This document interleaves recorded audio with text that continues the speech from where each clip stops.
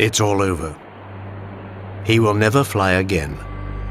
He is dead. Icarus is dead.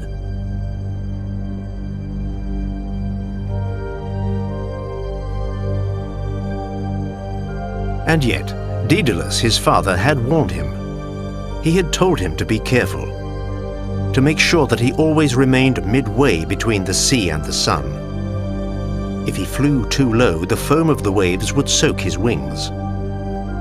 If he flew too high, the heat of the sun would scorch them.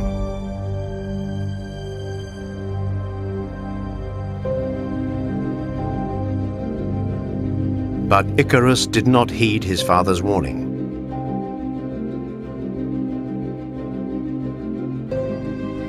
Still, what kind of father would make a pair of wings for his son and encourage him to rival the flight of birds?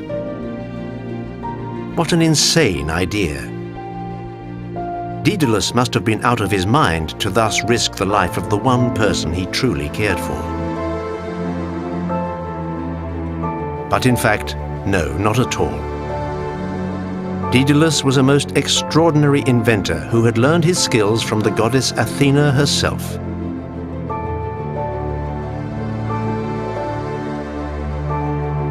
He was also a brilliant architect, a gifted artist, a sculptor who mastered his art to such perfection that, it was said, his statues had to be chained so that they would not run away. He once made a sculpture of Heracles that was so true to life that when the hero himself saw it, he was outraged and smashed it.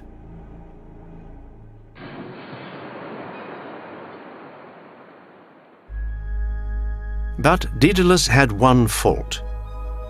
He was jealous. He could not bear the thought of anyone being more talented than he was. One morning, however, his nephew, Dedalus, invented the saw. Inspired by a fishbone, the young apprentice had copied it by carving out a series of notches in a piece of iron. The citizens of Athens were impressed by this invention. Dedalus, on the other hand, flew into an uncontrollable rage. One morning, he led Dedalus up to the top of the temple of Athena and pushed him off.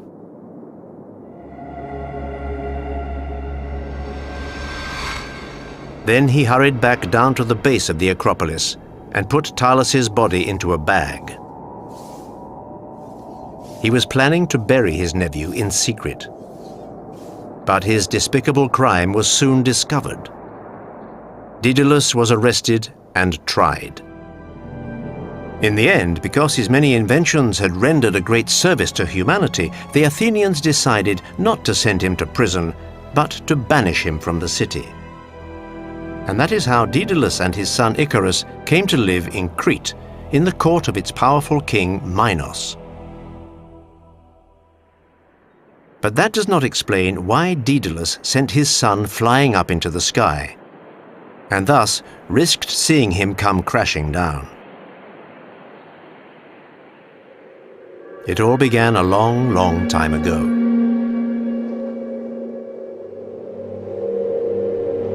Zeus, whose reputation as a charmer was by now firmly established, had just left his latest conquest, a beautiful Phoenician princess named Europa.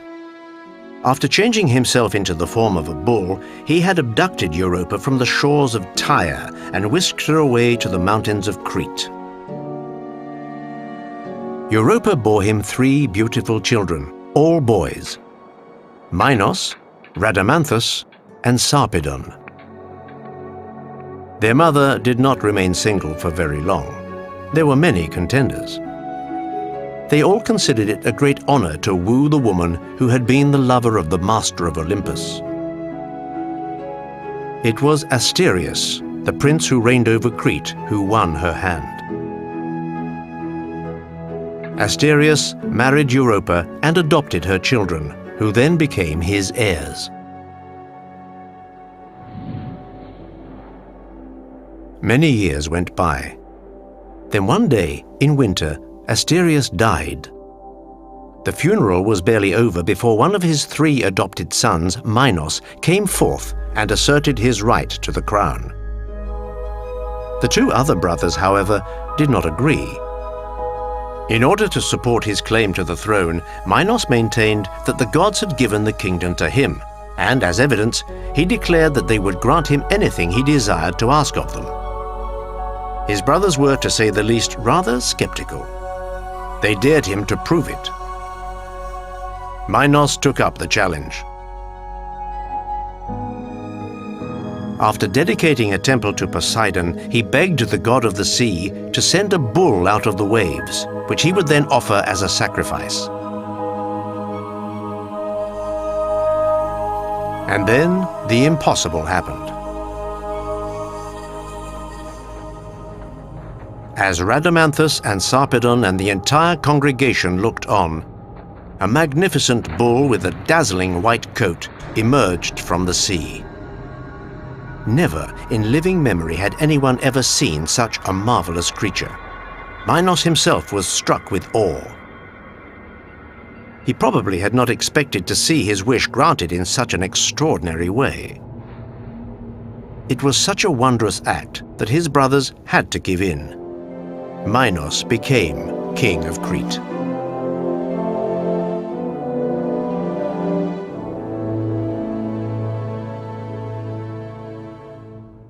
Minos thought Poseidon's bull was so beautiful that he decided to deceive the god. Instead of sacrificing the animal as he had promised, he sent it to be added to his own herds and slaughtered another in its place. Poseidon did not at all appreciate the king's double dealing. The irascible god planned his revenge. It would be dreadful.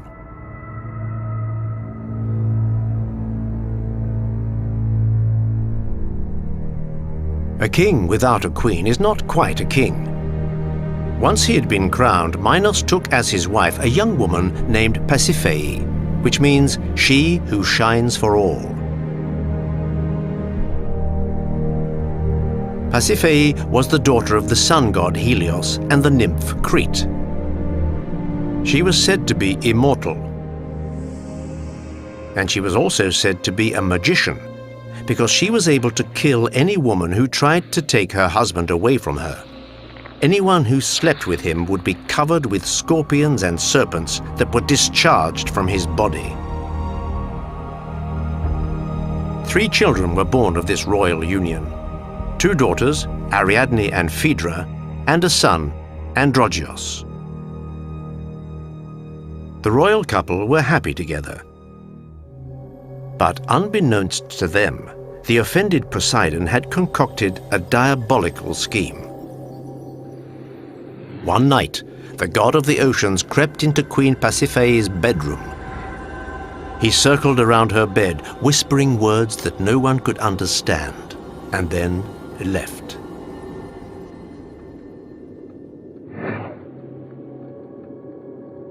At first glance, nothing in particular seemed to happen. At first glance, because at dawn, Pasiphae woke up and to her astonishment found that she was madly in love, inflamed with passion, with an overpowering passion. For her husband? No. Pasiphae had fallen in love with the white bull that Minos had failed to sacrifice. In her confusion, not knowing how to slake the desire that burned within her, the irresistible desire that she felt for Poseidon's white bull, Queen Pasiphae went to see Dedalus.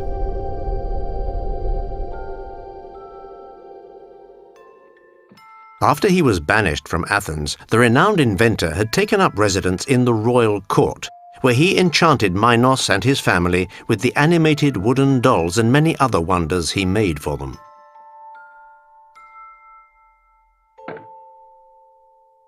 He would surely be able to find a way to help Pasiphae. Dedalus listened to the queen. What she was seeking defied his imagination. She was seeking to satisfy her desire for the white bull. Dedalus hesitated. Such a union between a woman and an animal seemed repulsive to him. He wanted to refuse, but Pasiphae threatened to have him and his son Icarus put to death if he did not obey her immediately. Dedalus had no choice. He had an idea. He built a wooden cow, covered it with a thick cowhide, and then mounted it on wheels which were concealed in its hooves. After pushing it into the meadow where Poseidon's bull was grazing, he showed Pasiphae how to get inside and how to open the little folded doors in the back of the cow. Then he quietly withdrew, preferring not to witness what would happen next.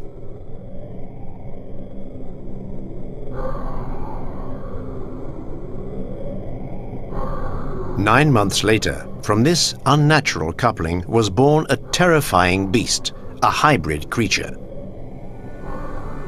It had a man's body with mighty shoulders and a broad chest, together with a bull's head.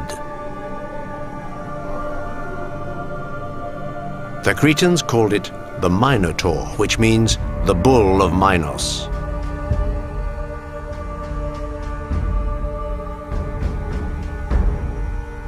Minos was livid with rage, and his first impulse was to punish Dedalus for his thoughtless act. But then he changed his mind. What Dedalus did, he decided, Dedalus must undo. He ordered the architect to build a foolproof prison from which the Minotaur, that affront to the sacred institution of marriage, could never escape.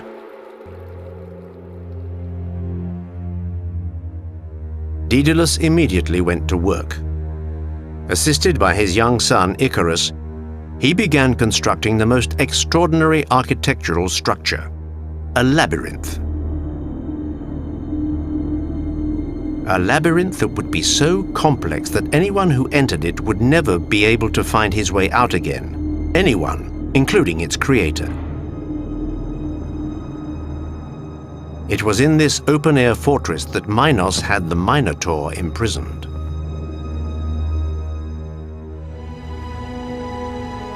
But then the king received some devastating news. Androgeus, his only son, had been killed in Athens under suspicious circumstances. Minos held Aegeus, the monarch who ruled over Athens, responsible for his death. War broke out. Athens was under siege. The people of the city were facing starvation. In order to lift the siege, the Athenians sent word to Minos that they would submit to any terms of surrender he wanted.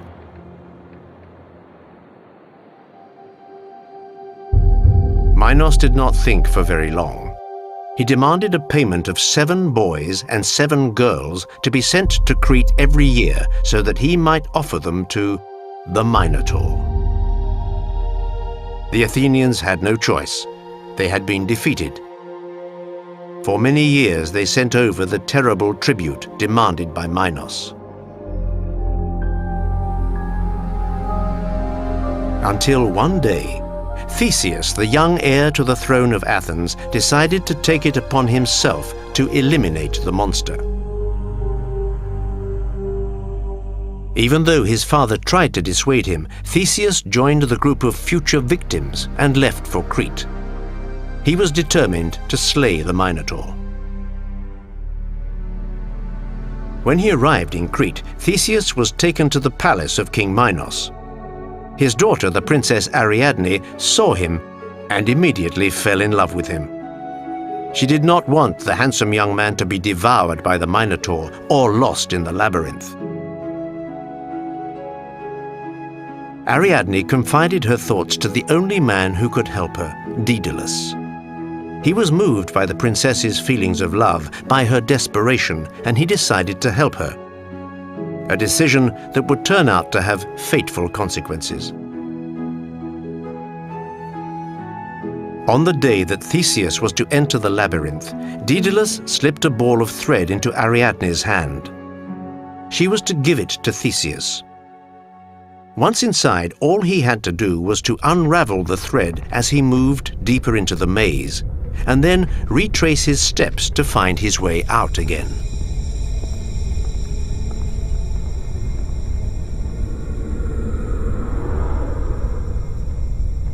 Everything went exactly as planned.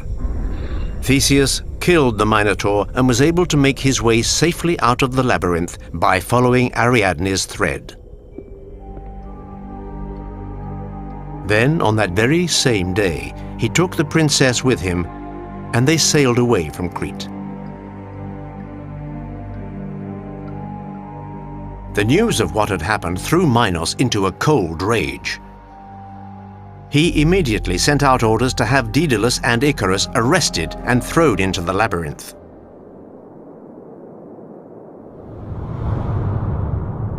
So there they were, Dedalus and Icarus, imprisoned in the very structure they themselves had created. Although it was Dedalus who had designed the labyrinth, he, like everyone else, was unable to find his way out through the stifling, twisting rows of arid stone corridors. He just kept going round and round in circles. Finally, he had to admit defeat. He and his son were trapped in the bowels of his own maze.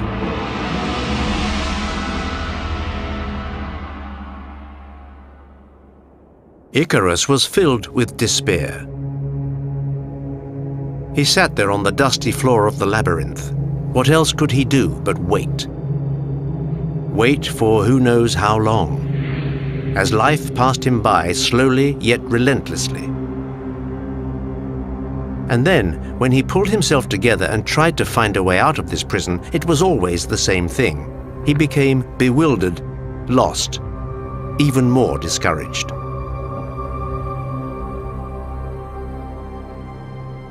And so Icarus sat back down and gazed at the sky.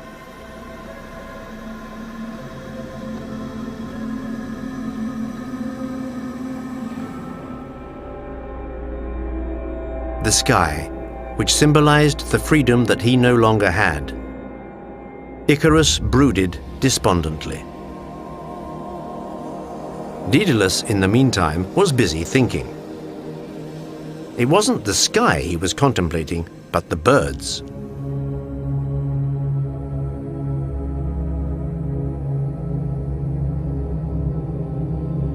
Up in the air above his head, they circled, they drifted. They soared, rising higher, vanishing into the clouds. They pursued each other in an aerial ballet full of lightness and elegance, and then came down to perch gently on top of the high walls of the labyrinth.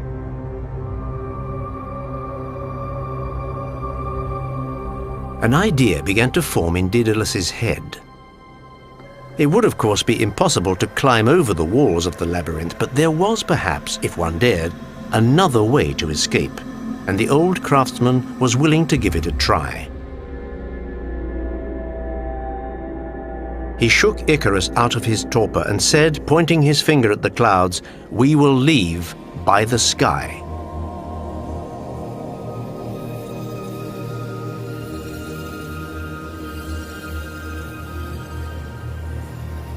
Icarus was dumbfounded.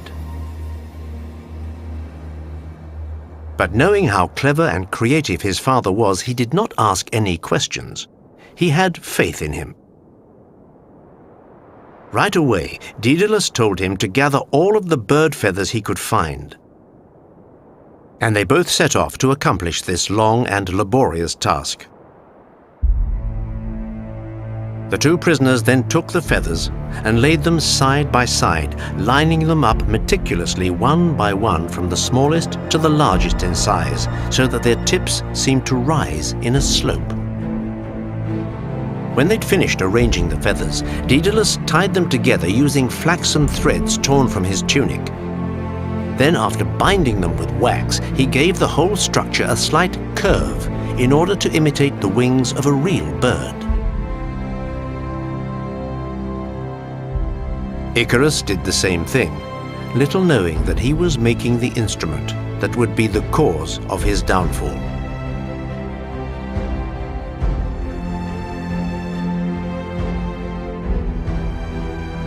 Dedalus put the wings on his son's back.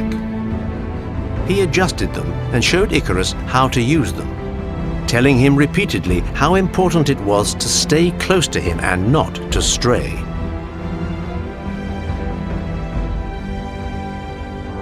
Father and son were now ready. With Dedalus in front, they took off.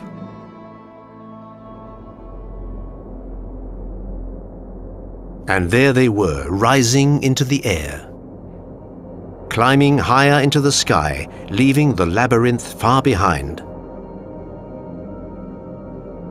From time to time, Dedalus would turn to check on his son to make sure he was following close behind and staying on course. In his excitement, Icarus took to flying more and more freely through the air. His youthfulness made him reckless. Gradually, Icarus, who kept soaring higher and higher, began to stray away from his father's path. Dedalus called out to him. He implored his son to come back. But the old man's voice was carried away by the wind. Besides, Icarus was no longer listening. He was oblivious to anything but the jubilation of flying, of rising to greater and greater heights. Why stay in between? Why take the middle course when we're offered the entire expanse of the sky? Let's go further, even higher. Nothing can stop us. For a moment or two, Icarus felt like the king of the universe. Now that he could fly, anything seemed possible to him. But as he continued to climb, the rays of the god of the sun began to melt the wax in his wings.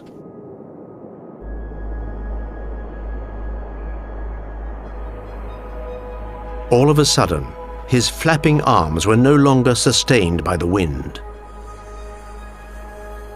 Icarus looked down at the sea far below.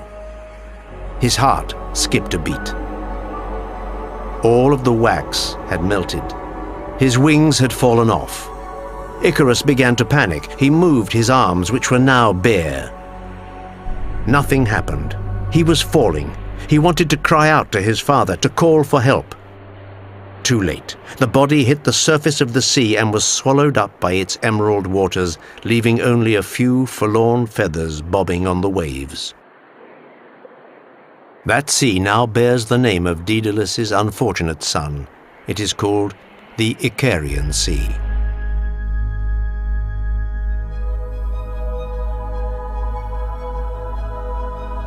Dedalus had defied the laws of nature twice. The first time, in order to help Pasiphae, who'd given birth to a monstrous beast. The second time, in order to escape, by turning men into birds, for which he paid with the life of his son. One does not, with impunity, try to tamper with the laws of nature, and the gods do not like it when mortals seek to go beyond the limits of their human condition.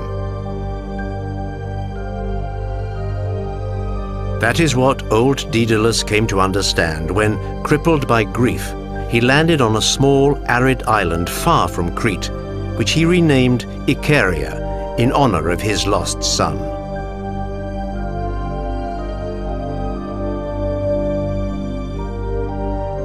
For hundreds of years, sailors and travelers have, as they crossed the Icarian Sea, wondered about Icarus and his airborne quest. Are we any different from Icarus? From the child who lived in an open-air prison and dreamed of flying away to another place, a place he imagined might be better.